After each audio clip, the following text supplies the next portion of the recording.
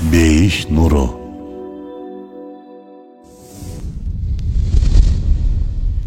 Чет элдик философтордун пайгамбарыбыз Мухаммад саллаллаху алейхи вассалам тууралуу айткан сөздөрү. Учурда көпчүлүк батыш маданиятын колдогон мекендештерибиз ислам динине, Куранга, айрыкча пайгамбарыбыз саллаллаху алейхи вассаламга каршы көз карашта экенин жашырышпайт. Алар пайгамбарыбыз саллаллаху алейхи вассаламды жана анын алып келген диндин эскичилик, караңгычылык катары көрүп, ал эми Европа маданиятын өнүккөн, чыгаан инсандарын болсо келечеги кең катары көрүшөт. Келиңиздер, көпчүлүк суктанып тиктеген атүгүл кумири болгон ошол Европа жана Европанын чыгаандары пайгамбарыбыз саллаллаху алейхи вассалам тууралуу кандай көз карашта? Биздикилер жактырбаган пайгамбарыбыз саллаллаху алейхи вассалам тууралуу алар эмне дешкен? Келиңиздер, карап көрөлү.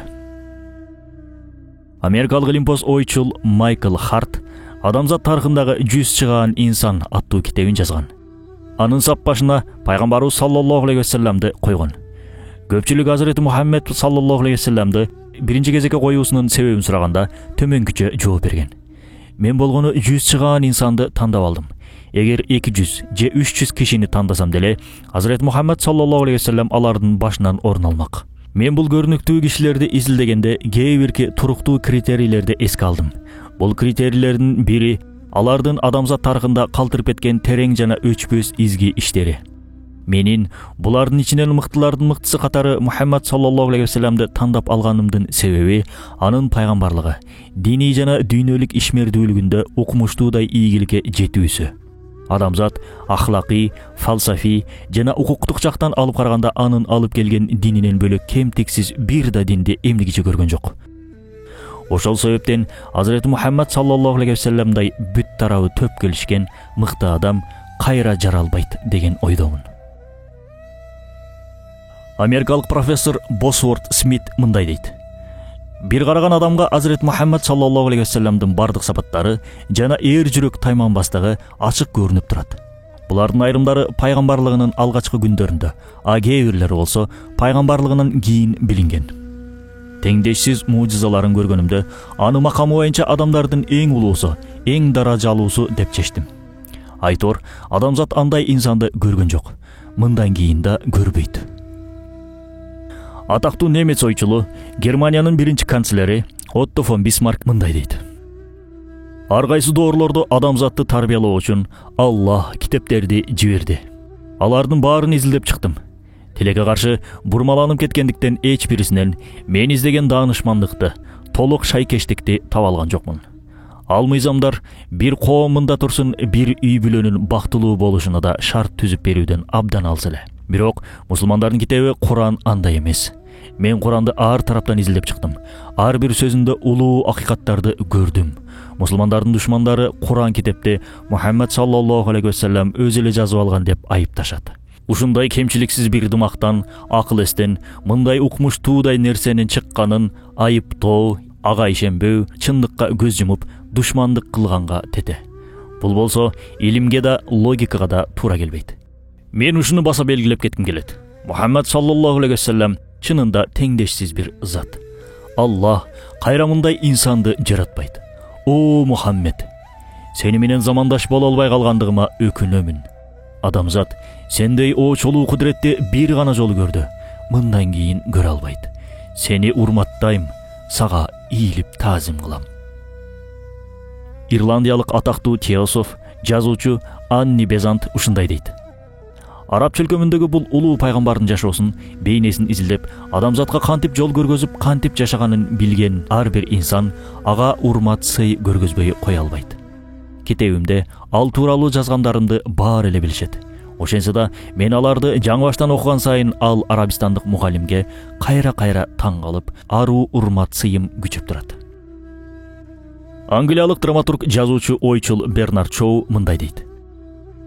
Күндөн күнгө адамзаттын көйгөйлөрү көбөйүп, аларды чече албай жаткан бир кезде Азырети Мухаммад саллаллаху алейхи вассаламга мурдагыдан да көбүрөөк муктажбыз. Эгер ал азыр арабызда жашаганда бардык көйгөйлөрүбүздү отуруп, бир кружка чай ичкенче эле чечип коймок. Мен бул таң калаарлык инсандын жашоосун изилдеп чыктым. Менимче, аны адамзаттын куткаруучусу катары таанышыбыз керек. Адам баласынын даражасы кандай гана бийиктик менен өлчөнбөсүн, андан өтөр мартабалуу киши жок. Англиялык көрүнүктүү ойчул жазуучу Томас Карлайл мындай дейт: Ал падышалардан, хан вазирлерден өзгөчөлөнүп, шаан шөкөттөн узак турчу. Кийимдерин өзү жамап, бут кийимин өзү оңдочу. Согушка барчу. Жанындагы сахабалар менен кеңешчү. Чечимдерин алар менен кеңешип анан чыгарчу. Кандай инсан экенин бүт өңүттөн көргөзүү үчүн ушундай кылды ал.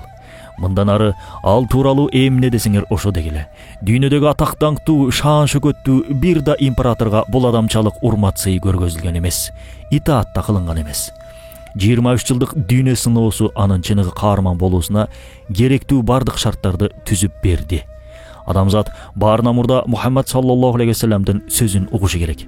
Башка сөздөрдүн баары аныкына салыштырганда эч нерсеге арзыбай калат.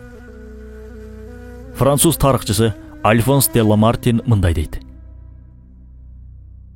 Адам акылы ушул 3 нерсе: максаттын улуулугу, каражаттын аздыгы жана натыйжанын молдугу менен өлчөнөр болсо, анда жаңы замандын кайсы атактуулары Мухаммад саллаллаху алейхи вассалам менен тең тайлаша алар эле. Азыркы күндөгү атактуулар материалдык жактан гана күч топтоду.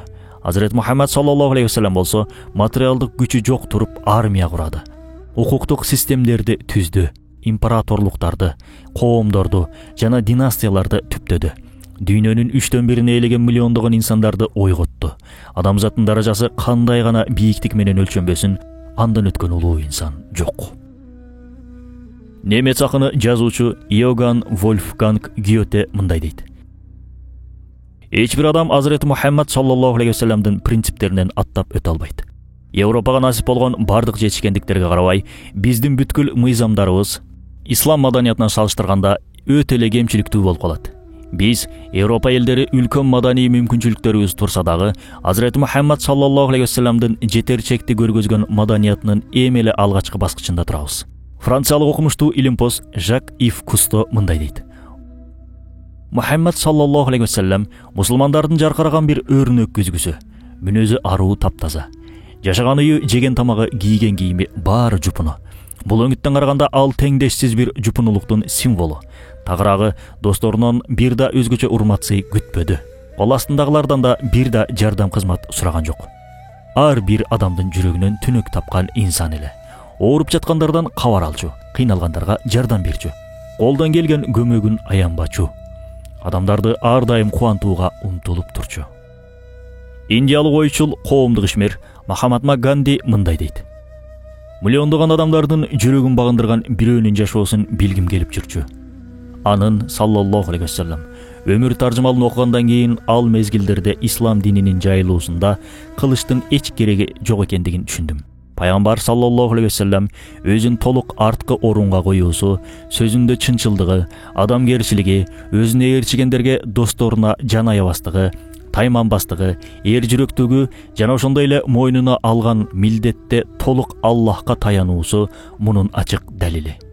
Мындай сыпаттар менен кыйынчылыктарды жеңүү үчүн сөзсүз кылыч көтөрүүнүн кереги жок эле. Пайгамбарыбыз саллаллаху алейхи вассаламдын жашоосун баяндаган китептин 2 бөлүгүн тең окуп бүттүм. Тилекке каршы, бул жашоодо андан башка окуй турган эч нерсе таппагандыгымдан абдан капалуумун. О, менин бир тууганым. Пайгамбарыбыз саллаллаху алейхи вассалам тууралуу айткан дагы батыш философтору өтө көп. Биз болгону кээ бирлерин гана айттык. Булар башка диндин өкүлдөрү болсо дагы ынсаптуулук менен чындыкты айткандан кайтышкан эмес. Пайгамбарыбыз саллаллаху алейхи вассаламды мактап, пайгамбарлыгын кабыл кылган бул адамдар пайгамбарыбыз саллаллаху алейхи вассаламдын өмүр таржымалын окуп, изилдеп, иликтеп чыгып, анан ушундай тыянак сөздөрдү айтышууда. Ошол эле кезде пайгамбарыбыз саллаллаху алейхи вассаламга каршы оюн айткандар да бар. Булар болгону пайгамбарыбыз саллаллаху алейхи вассаламдын өмүр жолун окубай, үйрөнбөй, изилдебей туруп жөн гана жеке көз караштары менен, саясий көз караштары менен, эмоциянын таасири астында жыйынтык чыгарышууда. Демек, бул эки топтун айырмасы биринчисинин акыйкатты издеп, туура нерсени тапкандыгында, ал эми экинчисинин чындыктан көз жумуп, караңгы тар түшүнүгү менен жашагандыгында. Биз булардын айырмасын ушулардан эле билип алсак болот. Ал эми бизчи? Батышка ашык болгондор ошол батыштын ойчулдарынын пайгамбарыбыз саллаллаху алейхи вассалам тууралуу айткан ойлоруна кошулушар бекен?